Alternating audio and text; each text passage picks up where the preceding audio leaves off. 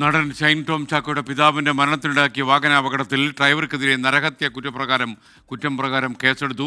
മനഃപൂർവ്വം അല്ലാത്ത നരഹത്യ ചുമത്തിയാണ് തമിഴ്നാട് പാലാക്കോട് പോലീസ് കേസെടുത്തത്. കർണാടക സ്വദേശി അനീഷായിരുന്നു കാറിൻ്റെ ഡ്രൈവർ.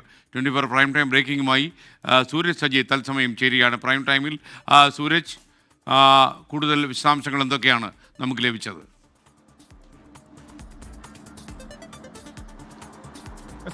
ഒരു ജീവൻ അപഹരിക്കുകയും അതോടൊപ്പം തന്നെ രണ്ടുപേർക്ക്, ഷൈൻ ടോം ചാക്കോയ്ക്കും അതോടൊപ്പം തന്നെ മാതാവിനും പരിക്കേറ്റ വാഹനാപകടത്തിലാണ് ഇപ്പോൾ ലോറി ഓടിച്ചിരുന്ന ഡ്രൈവർക്കെതിരെ മനഃപൂർവ്വമല്ലാത്ത നരഹത്യ ചുമത്തിക്കൊണ്ട് കേസെടുത്തിരിക്കുന്നത്.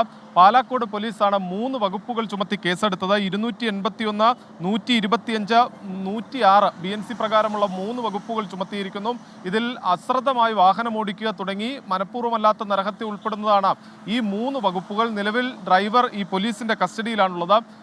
സ്വാഭാവികമായും ഇത് സ്റ്റേഷൻ ജാമ്യം ലഭിക്കാവുന്ന കുറ്റമാണ്. സ്റ്റേഷൻ ജാമ്യം നൽകി ഇന്ന് രാത്രിയോടുകൂടി ഡ്രൈവറെ വിട്ടയക്കും. 2 വാഹനങ്ങളും നിലവിൽ പോലീസ് കസ്റ്റഡിയിലെടുക്കുകയും ചെയ്തിട്ടുണ്ട്. ഷൈൻ ടോം ചാക്കോയുടെ കാറിന്റെ മുൻവശം പൂർണ്ണമായും തകർന്ന അവസ്ഥയിലാണ്. 2 ടയർ ഉൾപ്പെടെ പൊട്ടി ഇടിച്ചു കയറുകയായിരുന്നു ഈ ലോറിക്ക് പിന്നിൽ നിന്നാണ് ദൃക്സാക്ഷികൾ അടക്കം പറയുന്നത്. എന്തായാലും ഇത് അപകടത്തിൽ ഗുരുതരമായി പരിക്കേറ്റ ഷൈൻ ടോം ചാക്കോയും അതോടൊപ്പം തന്നെ മാതാവും ഈ തമിഴ്നാട് ആശുപത്രിയിൽ നിന്ന് തൃശ്ശൂരിലേക്ക് യാത്ര തിരിച്ചിട്ടുണ്ട്. അവരിപ്പോൾ പാലക്കാട് പിന്നിട്ടു എന്നുള്ളതാണ് നമുക്ക് ഒടുവിൽ ലഭിച്ചിരിക്കുന്ന വിവരം.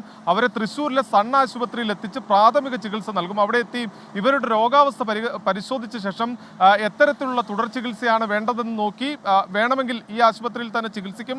അല്ല, ആശുപത്രി മാറ്റേണ്ട ഒരു സാഹചര്യം ഉണ്ടെന്നാണെങ്കിൽ സൺ ആശുപത്രിയിൽ നിന്ന് മാറ്റി മറ്റ് കുറച്ചുകൂടി മെച്ചപ്പെട്ട ആരോഗ്യസ്ഥിതി ചികിത്സ നൽകാവുന്ന ആശുപത്രിയിലേക്ക് മാറ്റാനാണ് നിലവിൽ കുടുംബത്തിന്റെ ആലോചന. അതോടൊപ്പം തന്നെ ഷൈൻ്റെ പിതാവ് ചാക്കോയുടെ സംസ്കാരം ഞായറാഴ്ച ഉണ്ടാകൂ എന്നുള്ളതാണ് നമുക്ക് ലഭിക്കുന്നത്. ഇദ്ദേഹത്തിന് 2 പെൺമക്കൾ വിദേശത്താണുള്ളവർ. ഞായറാഴ്ച രാവിലെയോടുകൂടി മാത്രമേ എത്തുകയുള്ളൂ. അവരുടെ വരവ് കൂടി കണക്കിലെടുത്തുകൊണ്ടായിരിക്കും സംസ്കാര ചടങ്ങുകൾ അടക്കം നിശ്ചയിക്കുക. സൂരജ് സജിയാണ് വിവരങ്ങൾ നൽകിയത്.